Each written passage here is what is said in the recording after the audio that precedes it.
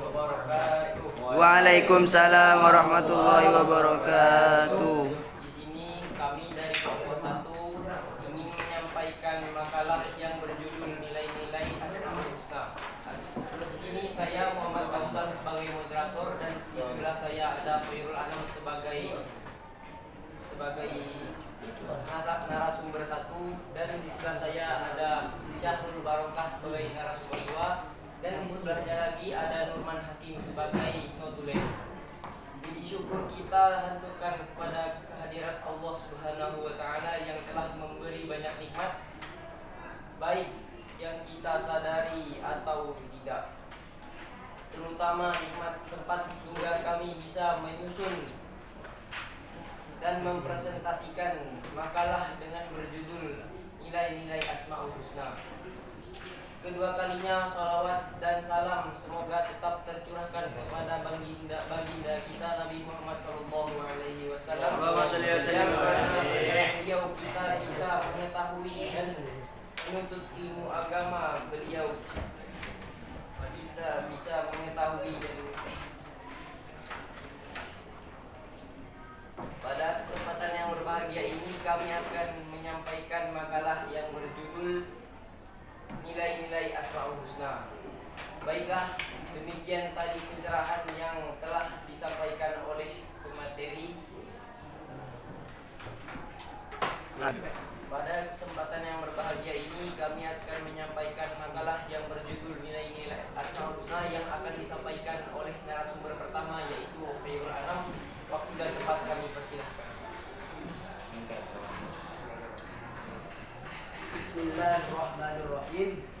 Assalamualaikum warahmatullahi wabarakatuh. Waalaikumsalam warahmatullahi wabarakatuh. Perkenalkan, nama saya Khairul Anam. Saya sebagai narasumber pertama dari kelompok 1 ingin menjelaskan tentang Asmaul Husna yang dibimbing oleh dengan guru kita bersama yakni Bapak Samsul Karimi MPD. Yang pertama, Al-Afu.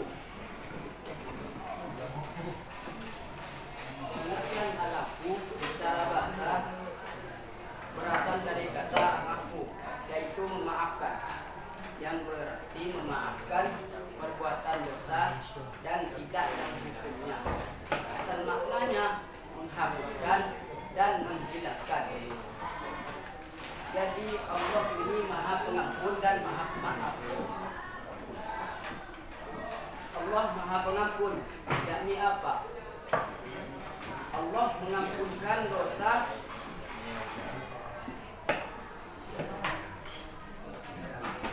Allah Maha Pengampun, yakni Allah ampunkan dosa yang kalian perbuatkan. Dan Allah itu Maha Pemaaf, yakni bagian bagaimana Allah memaafkan atas pekerjaan dosa yang kalian perbuat. Caranya mendapatkan ampunan dari Allah bagaimana? Yaitu dengan cara taubat. Taubat di dalam kitab Tanqiul Qaul itu ada 3 syarat. Syekh Abdul Qadir Al-Jailani berkata, suruh taubah salah satu syarat-syaratnya taubat itu ada 3. Awaluha, yang pertama apa? An-nadamu ala ma umila minal mukhalafati, yaitu menyesal atas sesuatu dosa yang kita perbuatkan.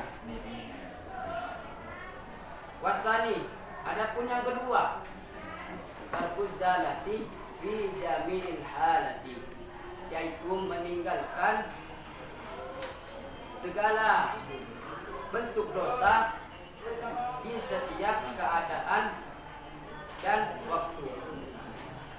Dan yang ketiga adalah al-azmu ala an la ya'uda ila mithla ma tara minal ma'asi wal fadilati, yaitu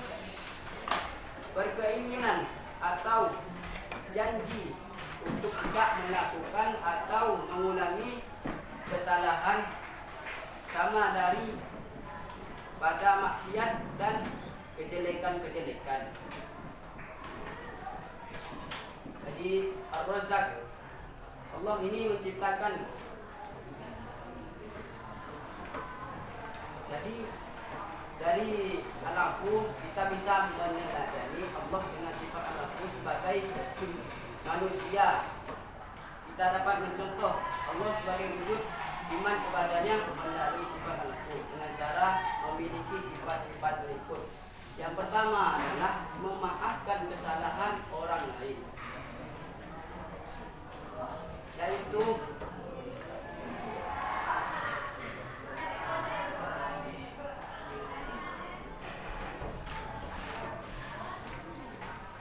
perbuatan memaafkan orang lain adalah suatu kebaikan yang dapat kita lakukan suatu waktu kepada siapa saja.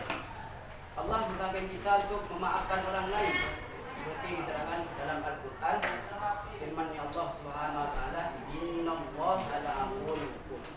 Sungguhnya Allah benar-benar Maha Pemaaf lagi Maha Pengampun. Wa kana Allahu 'afuwan ghafura. Dan adalah Allah Maha Pemaaf lagi Maha Pengampun.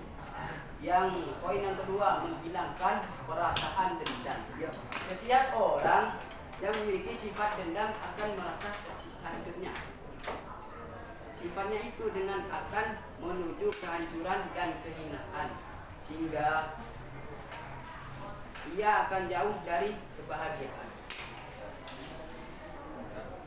Maka Allah menurunkan perintah kepada orang-orang mukmin untuk memberi maaf dan berlapang dada. Apa firman Allah?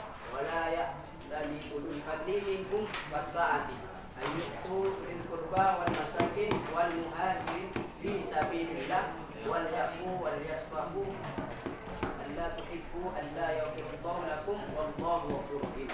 Dan janganlah orang-orang yang mempunyai kelebihan dan kelapangan di antara kamu bersumpah bahwa mereka tidak akan memberi bantuan kepada kaum kerabatnya, orang-orang yang miskin dan orang-orang berhijrah pada jalan Allah, dan hendaklah mereka memaafkan dan berlapang dada. Apakah kamu tidak ingin bahwa Allah mengampunmu, dan Allah adalah Maha Pengampun lagi Maha Penyayang. Lanjut poinnya, mengingat kebaikan dan melupakan keburukan lain. Memberi maaf terhadap kesalahan orang lain itu bukanlah perbuatan yang ringan.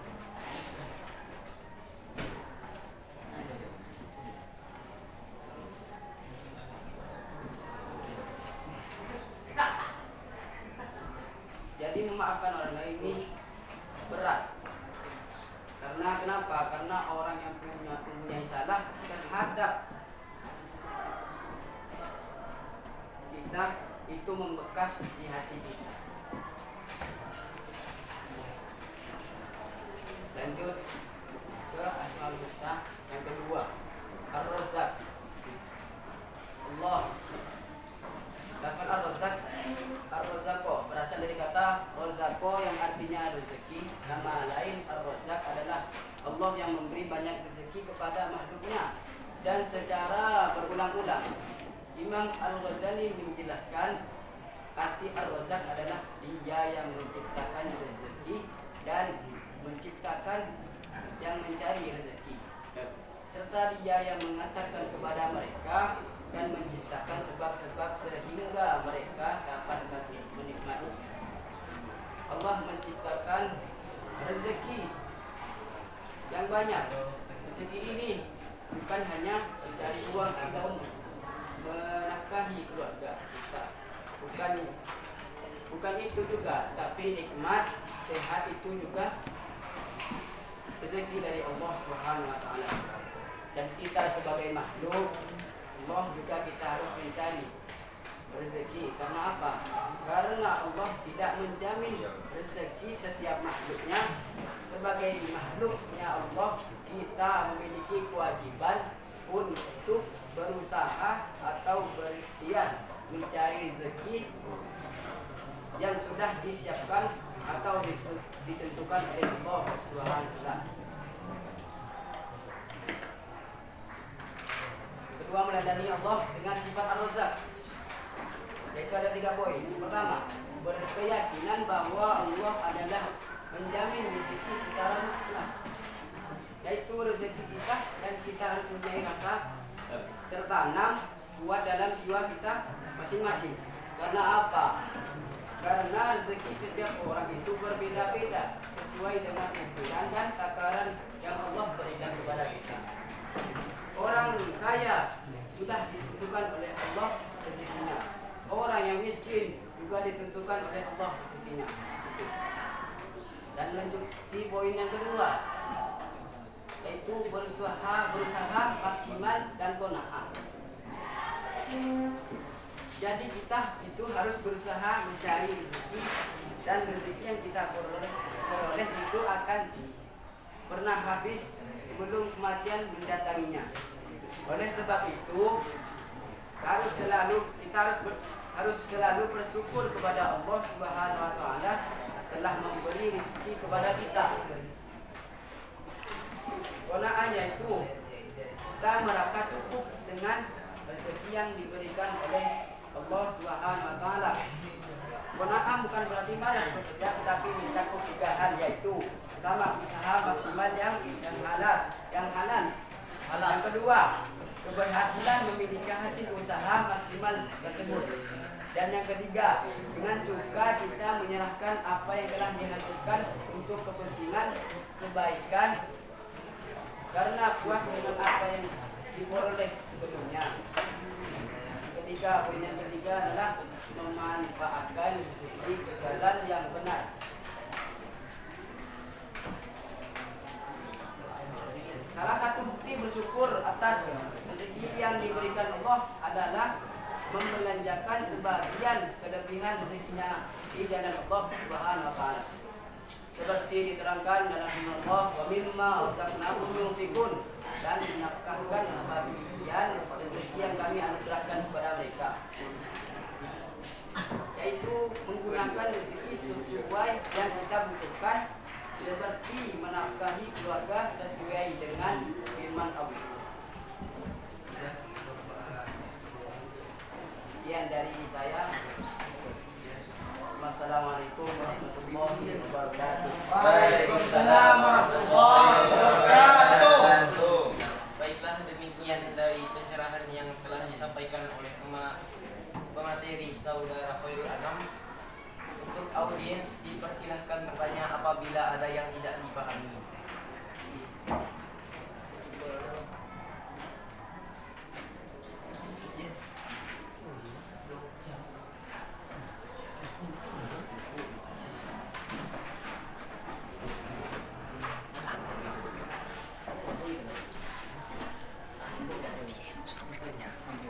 Audiens bertanya ulang. Dari penjelasan yang tadi disampaikan, apakah ada yang ingin ditanyakan?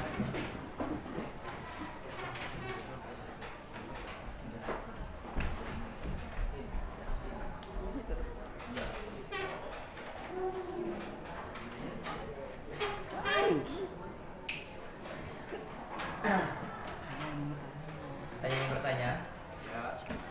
Baik, Saudara Kamil Fikri, apa yang akan Anda tanyakan? Bismillahirrahmanirrahim. Assalamualaikum warahmatullahi wabarakatuh. Waalaikumsalam warahmatullahi wabarakatuh. Alhamdulillah, tadi narasumber kita di pagi hari ini sudah sedikit banyak memberikan beberapa arahan-arahan atau beberapa pemahaman tentang salah satu dari Asmaul Husna atau nama-nama yang baik yang dimiliki Allah. Dimana tadi kita sudah mendengar banyak dari narasumber kita tadi, bahwasannya beliau mengatakan Allah Subhanahu wa taala itu Maha Pemaaf dan juga Maha Pengampun. Sebagaimana firman Allah di dalam Al-Qur'an, "Innallaha la'afuwun ghafur." Sesungguhnya Allah itu benar-benar zat yang Maha Pemaaf, zat yang Maha Pengampun. Kemudian kita ketahui juga sebelah itu, setiap manusia apapun itu, setiap manusia yang mana notabene-nya pasti melakukan kesalahan maupun dosa setiap harinya. Nah itu pastinya disebutkan bahwasanya ketika orang itu ingin dimaafkan dosanya, maka memohonlah ampun kepada Allah. Niscaya Allah akan mengampuni dosa ataupun kesalahan yang dia lakukan. Salah satu caranya dengan cara taubat. Dengan cara taubat yang sebenar-benarnya. Taubatan nasuh. Pertanyaan kami juga dari kelompok 5 tadi sedikit berbincang-bincang tentang hal ini. Jadi bagaimana seumpamanya terjadi hal yang seperti ini? Contohnya gini, ada orang yang selalu melakukan maksiat, selalu melakukan kesalahan, dosa dan sebagainya, zina, mabuk-mabukan, narkoba dan lain sebagainya. Nah, ia suatu ketika bertobat kepada Allah, maka pastinya kan Allah akan mengampuni, Allah akan memaafkan dosa tersebut. Cuman masalahnya ketika orang tersebut berbuat dosa lagi, jadi lalu orang tersebut bertaubat, berbuat dosa lagi, bertaubat. Nah, bagaimana ini pendapat dari narasumber, dan juga saya berikan kesempatan juga untuk audiens nanti untuk menjawab hal ini. Bagaimana sih pendapat antum tentang orang yang melakukan kesalahan lalu mengambil cara untuk memaafkan hal tersebut dengan cara tobat, lalu setelah itu malah terjerumus lagi ke dalam lembah maksiat lagi, tobat lagi, terjerumus lagi dan tobat lagi. Nah, silakan. Nah, itu saja. Sekian. Assalamualaikum warahmatullahi wabarakatuh. Mungkin untuk jawaban pertama dipersilakan kepada audiens lain. Apakah ada? Ada. Dari kelompok 4, dari kelompok 2 akan menjawab dari kelompok Sofyan Abdul Manaf. Silakan. Bismillahirrahmanirrahim. Menjawab dari pertanyaan kelompok berapa? Mohon maaf. Kelompok 5. Dari rekan kita Kamil, bahwa pertanyaannya itu mungkin sering terjadi di dunia nyata. Pertanyaannya yaitu bagaimana solusinya jika seseorang ini merupakan ahli maksiat atau pelaku maksiat. Pemaksiat ini sudah bertaubat akan tetapi terjerumus lagi ke dalam perbuatan maksiat, bertaubat lagi terjerumus lagi ke dalam perbuatan maksiat. Nah, itu tadi yang ditanyakan oleh kelompok 5. Jadi untuk sementara mohon maaf jika jawaban saya ini kurang mengena atau kurang memuaskan. Jawaban sementara dari saya tentang orang tersebut, bahwa kita itu dilarang untuk berhenti bertaubat. Artinya apa? Ampunan Allah itu selalu terbuka untuk kita. Ampunan Allah itu selalu ada untuk kita. Karena memang pada hakikatnya manusia ini tidak ada yang suci dari dosa. Semuanya ini pasti berlumuran dosa. Dan tentang orang yang apabila sudah bertaubat terjerumus lagi, itu teruslah saja bertaubat. Mungkin pada saat itu Allah ini belum memberikan hidayah, belum memberikan petunjuknya untuk kita selaku pemaksiat ini untuk tetap berada di jalan Allah. Mungkin dari setiap taubat yang dia lakukan itu kemungkinan besar perbuatan yang dia lakukan itu mulai berkurang. Yang awalnya tidak sholat, lalu dia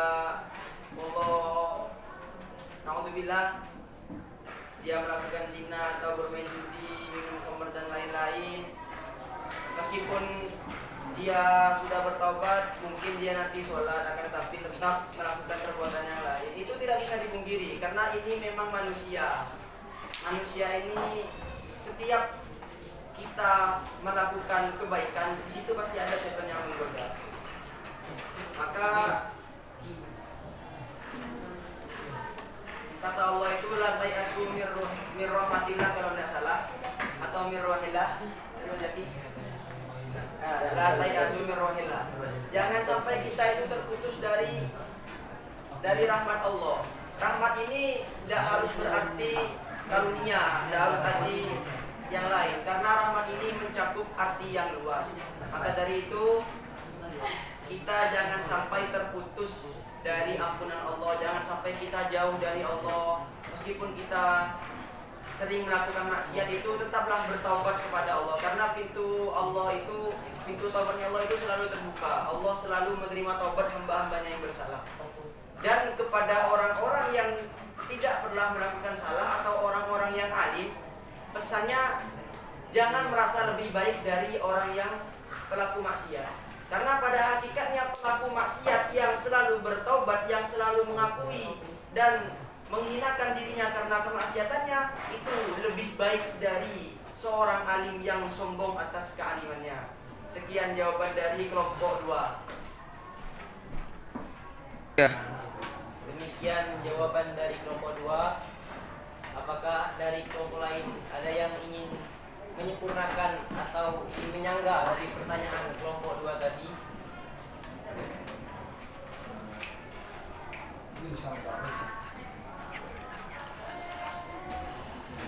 Apakah dari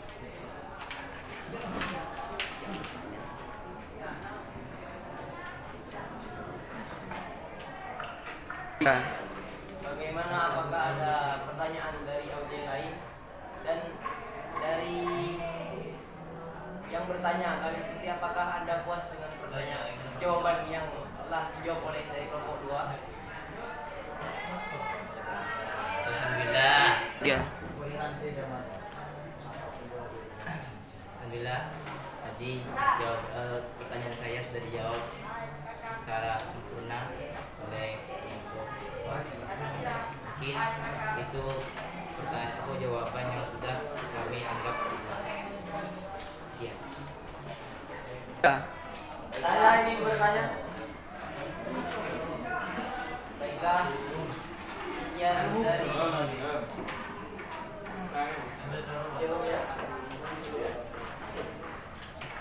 Jika tidak, apakah ada pertanyaan lain? Jika penanya sudah puas, apakah ada pertanyaan yang lain dari? Saya ingin bertanya. Bismillahirrahmanirrahim.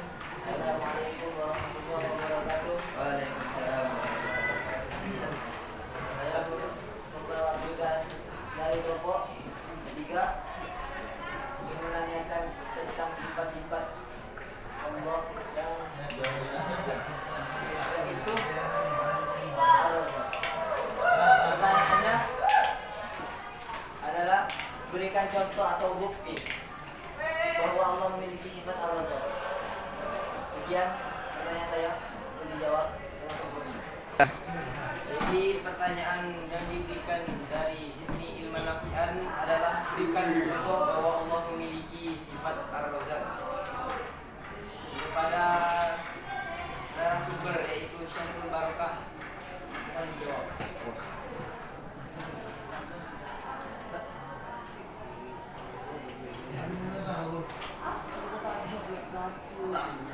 Pendengar, nggak bisa. Dipersilakan kepada audien lain untuk menjawab pertanyaan. Ya, Saya ada ingin menjawab pertanyaan dari kelompok 3 Bismillahirrahmanirrahim. Sebenarnya bukan saya yang menjawab, tapi ketua saya jadi PG. Jadi saya mewakili. Pertanyaan tadi dari kelompok 3, Jibril Manafian yang nanya. Itu bukti bahwa Allah itu Ar-Razzaq. Mana Ar-Razzaq itu yaitu yang maha memberi rezeki. Rizki ya. Tadi memberi Ustaz Ahmad. Lengkap kelompok 4 ada rahmat ada rezeki. Rezeki. Jadi menurut saya bukti bahwa Allah itu Ar-Razzaq. Jangan jauh-jauh. Saya dengan kawan-kawan saya ada di sini dengan kalian semua, dengan para narasumber, notulen, semuanya yang ada di sini beserta guru itu rezeki dari Allah. Jika Allah itu mencabut rezeki salah satunya kita sakit, maka kita tidak akan masuk kepada kelas ini. Contohnya apabila kita sakit di kamar, jadi kita itu tidak bisa jalan, lemah, sebagainya. Jadi kita itu tidak bisa kelas. Itu juga sebagian rezeki dari Allah. Kita sehat, tidak semua orang itu sehat. Banyak di luar sana orang itu ingin sehat dan ingin belajar. Sedangkan di sini banyak orang sehat tapi malas belajar. Bagaimana itu? Banyak kan?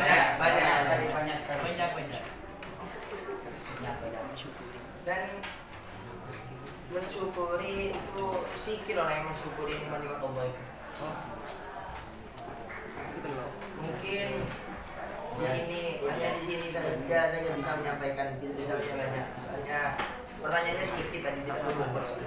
Kalau berbobot saya bisa menjawab lebih banyak. Jadi di sini saja saya bisa menjawab. Sekian dari kelompok 2 untuk pertanyaan dari kelompok 3. Terima kasih. Wassalamualaikum warahmatullahi wabarakatuh.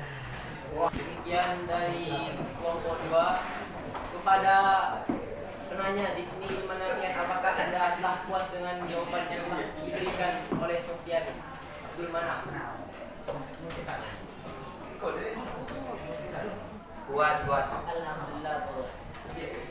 Ada saja sampai sini saja sudah dijelaskan yang dapat kami presentasikan dari kelompok 1. Kurang lebihnya saya minta maaf apabila ada kata-kata yang salah. Ini datangnya dari kami sendiri.